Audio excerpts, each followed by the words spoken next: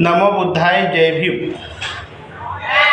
अखिल विश्वाला शांतीचा संदेश देणारे महाकारुणिक तथागत भगवान गौतम बुद्ध, विश्ववंदनीय विश्वभूषण परमपूज्य बोधिसत्व डॉक्टर बाबासाहेब आंबेडकर या महामानवाच्या विचाराला, आचरणाला त्रिवार वंदन करतो। सर्व उपासक उपासिका धम्म बांधवाला सप्रेम जय भीम करतो। आणि आज या ठिकाणी मानवी जीवनामध्ये जीवन जगत असताना माणसाच्या हितासाठी, सुखासाठी भगवंताने सांगितलेला आर्य अष्टांगिक मार्ग आणि त्या आर्य अष्टांगिक मार्गातील सम्यक संकल्प याबद्दल दोन शब्द बोलतो। बंधू आणि भगिनींनो, हे जीवन जगत असताना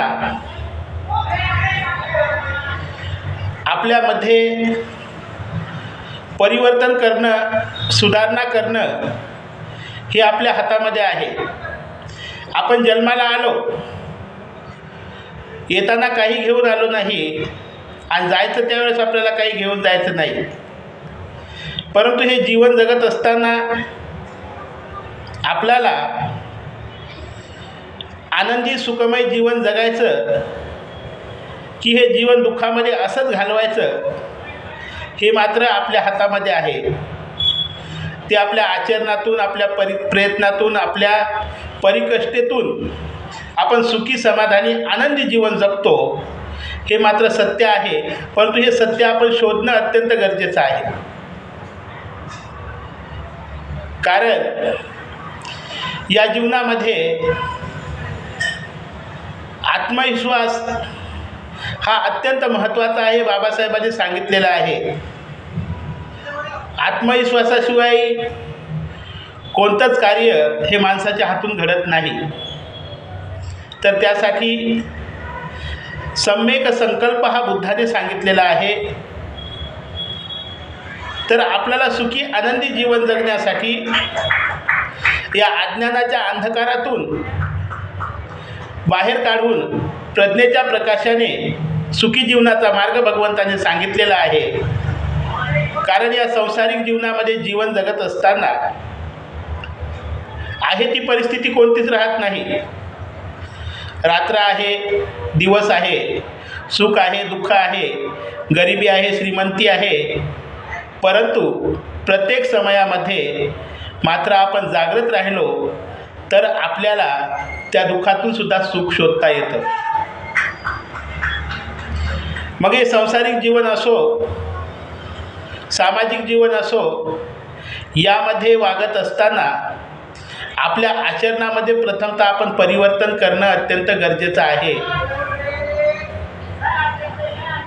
त्यासाठी आपले शरीर, आपलं मन, आपली बुद्धी ही सदाचाराच्या मार्गाने जाण्यासाठी आपण सकाळी उठल्याच्या नंतर स्वतःला जागृत ठेवण्यासाठी, ताजंतवानं ठेवण्यासाठी कमीत कमी 10 मिनटं शांत बसून ध्यान करणं अत्यंत गरजेचं आहे। आणि यामुळं आपले चित्त आपण घडवू शकतो। आपल्या मनावर आलेला आळस, मनात येणारे वाईट विचार याला बाजूला सारून एक आपण सदाचाराच्या मार्गाने जाणारे आपल्याला माणूस म्हणून घडवण्याचा प्रथमतः प्रयत्न करणं अत्यंत गरजेचं आहे।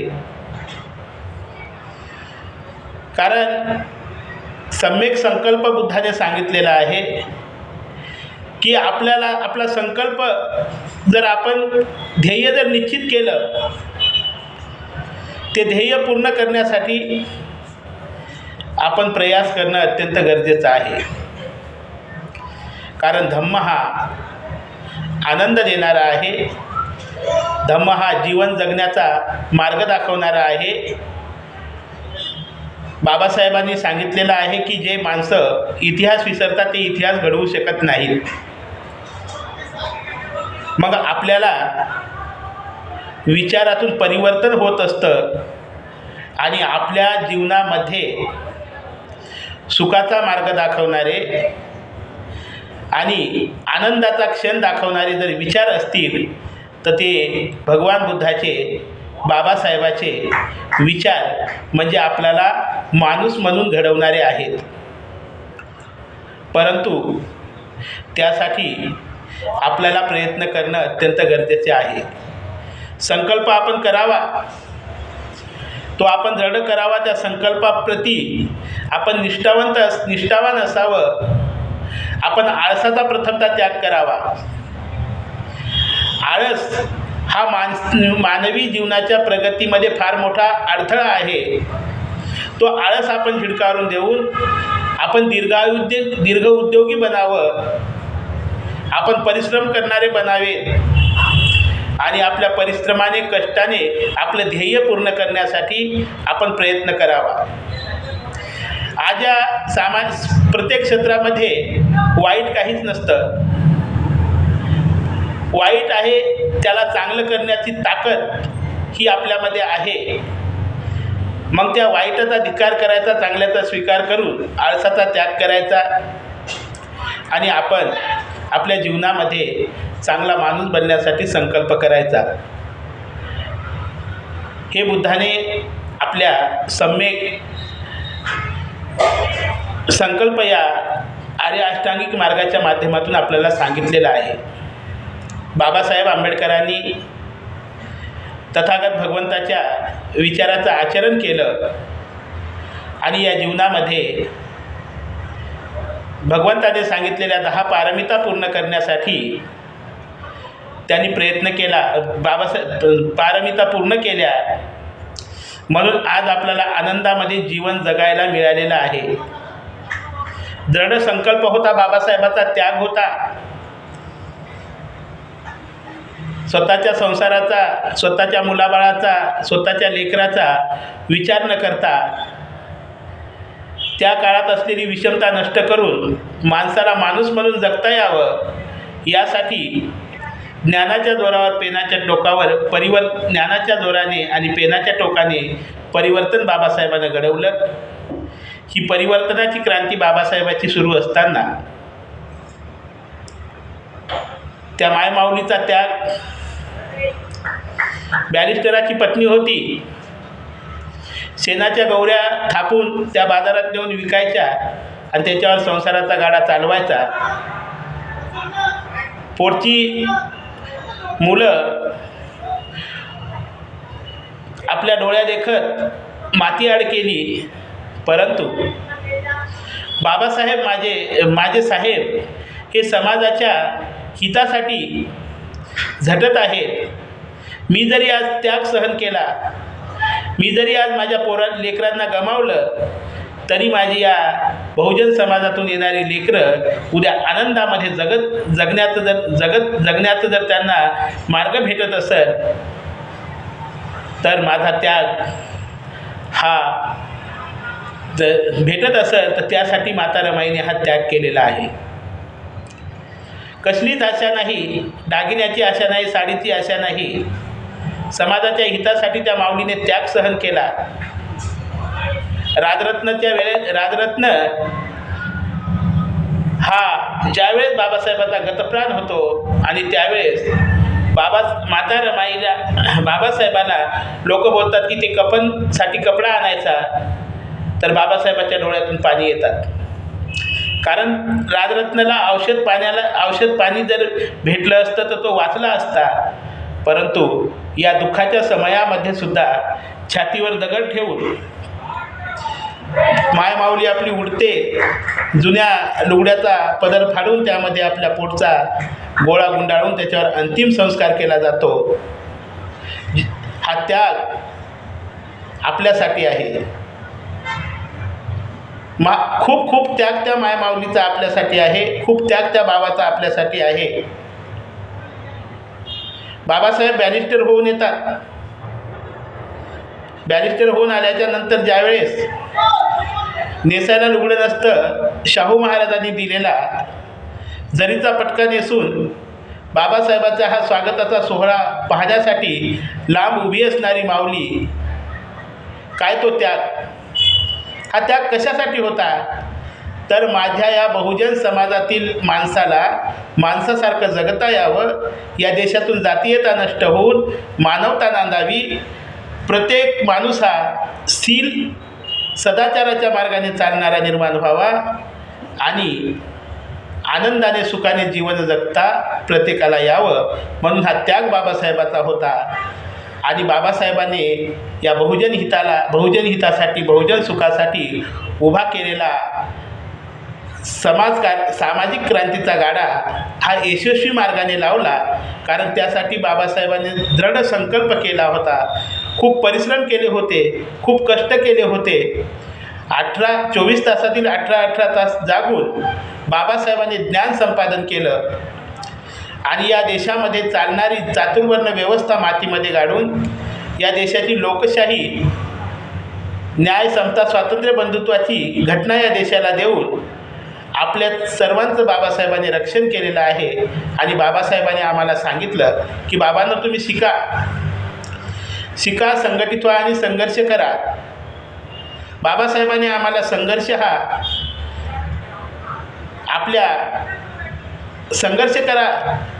करा म्हणजे तुम्ही शिक्षित बना, तुमच्या अन्याय अत्याचाराला तुम्ही सामना करून तुमची परिस्थिती तुम्ही सुधारा. आपली परिस्थिती सुधारल्याच्या नंतर कौटुंबिक जबाबदारीची जाणीव असू द्या, सामाजिक जबाबदारीची जाणीव असू द्या आणि आपली प्रगती झाल्याच्या नंतर आपल्या दीनदुबळ्या बांधवाची सेवा करण्यासाठी, त्यांना मार्ग दाखवण्यासाठी तुम्ही त्यांना मदत करा, हे बाबासाहेबांनी सांगितलेलं होतं. तुम्ही ज्ञान मिळवा, धन तुम्हाला येईल, पण त्या धनाचा सदुपयोग करा आणि सामाजिक क्रांतीचा गाडा हा पुढे न्या. हे बाबासाहेबांचे विचार आहेत. आजच्या सामाजिक क्रांतीच्या सामाजिक परिस्थितीचा जर अभ्यास केला तर ही परिस्थिती खरोखरच माणसामध्ये परिस्थिती जर आपण बघितली तर आजच्या कालखंडामध्ये बाबासाहेबांच्या विचाराची आणि तथागत भगवंताच्या विचाराची अत्यंत गरज आहे. भगवंताने पंचशील सांगितलं, मी जीवहिंसा करणार नाही. जीवहिंसा करणार नाही म्हणजे हिंसा करणार नाही म्हणजे वाणीनेही कोणाची हिंसा होणार नाही, शब्दानेही कोणाची हिंसा होणार नाही. आणि आपण केलेल्या कर्मामुळं आपल्या कुटुंबाला, आपल्या पाहुण्या रावण्याला, आपल्या आईवडिलाला, आपल्या कुटुंबिक सदस्याला खाली मान घालावी लागल असंही कर्म होणार नाही, ह्यासाठीही आपण जागृत राहणं अत्यंत गरजेचं आहे. आजच्या परिस्थितीमध्ये तारणारे विचार हे भगवंताचे आहेत. म्हणून सर्व नवतरुणांनी आपल्या संकल्प हा दृढ करावा, चांगल्या प्रकारे अभ्यास करावा, ज्ञान अर्जित करावं, शैक्षणिक ज्ञान अर्जित करावं आणि या धावत्या युगामध्ये आपल्याला टिकावं लागण्याचं सामर्थ्य मिळवण्यासाठी कठीण परिश्रम करणं हे अत्यंत गरजेचं आहे. आणि या परिस्थितीमध्ये भगवंताने सांगितलेला सम्यक संकल्प हा अत्यंत महत्त्वाचा आहे. आणि बाबासाहेबाचे कार्य, बाबासाहेबाचा त्याग, बाबासाहेबांनी सांगितलेला मार्ग हा अत्यंत महत्त्वाचा आहे. कारण बाबासाहेबाला अपेक्षित असणारा समाज म्हणजे शिक्षित आणि शीलवान जर निर्माण झाला तरच या देशामध्ये मानवता नांदेल, एकता नांदेल, बंधुभाव नांदेल आणि सगळ्याला जीवन जगण्याचं संपूर्ण चांगल्या प्रकारचं स्वातंत्र्य मिळेल. म्हणून बाबासाहेबांचे विचार, भगवंताचे विचार हेच आपल्याला तारणारे आहेत. आपण ज्ञानवंत बनावं, शीलवंत बनावं, आपल्या घरामध्ये सामाजिक कुटुंब जबाबदारी आपण सांभाळत असताना आपल्या मुलाबाळाला चांगलं शिक्षण द्यावं. कारण आपले कर्मच हे आपल्याला पुढील भविष्यामध्ये सुख आणि दुःख देतात.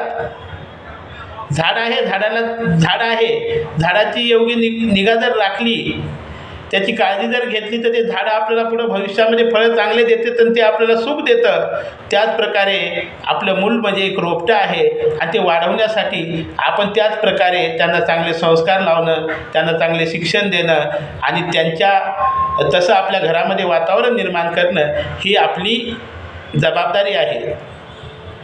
आणि एक मेन गोष्ट म्हणजे आजच्या परिस्थितीमध्ये आपण बघतो, जे माता पिता आपल्याला जन्म देतात, लहानाचं मोठं करतात आणि मोठं केल्याच्या नंतर आपल्याला वैवाहिक जीवनाला लावून देतात. आपण संसारामध्ये रममान होतो, परंतु वयोमानानुसार ते आईवडील जर म्हातारे झाले तर त्यांची सेवा करण्याची जबाबदारी ही आपली आहे, हे सुद्धा भगवंताने आपल्याला सांगितलेलं आहे. माता पितू पट्टान पुत्तदारस संग हो अनाकुलान कमानता एतं मंगल उत्तमम. माता पित्याची सेवा करणं हे प्रत्येकाचं कर्तव्य आहे आणि ती जबाबदारी आहे, आपलं कर्तव्य आहे. ती सेवा करण्याची संधी आपल्याला मिळाली, त्या संधी आपण सेवा त्या माता पित्याची जर केली तर त्याच्या एवढं पुण्य कुठंच नाही. आज आपण बघतो वृद्धाश्रम निघलेले आहेत, वृद्धाश्रमामध्ये आई वडील जातात. किती वाईट वाटण्यासारखा प्रसंग आहे. म्हणून आपल्या मुलाबाळाचा आपण सांभाळ करावा, आपल्या आईवडिलांचा आपण चांगल्या प्रकारे सांभाळ करावा. आपली कौटुंबिक सामाजिक जबाबदारी आपण पार पाडण्यासाठी तरी दृढ संकल्प आपण करावा. आपण निर्व्यसनी बनण्याचा दृढ संकल्प करावा. आपण आळसाला त्यागण्याचा संकल्प करावा. आपण ज्ञानवंत बनण्याचा संकल्प करावा आणि आपल्या घरामध्ये, कुटुंबामध्ये, परिवारामध्ये आपण माणूस म्हणून माणसासारखं जगण्याचा संकल्प करावा, ही आशा व्यक्त करतो. हाच संदेश या ठिकाणी देतो. नमो बुद्धाय. जय भीम.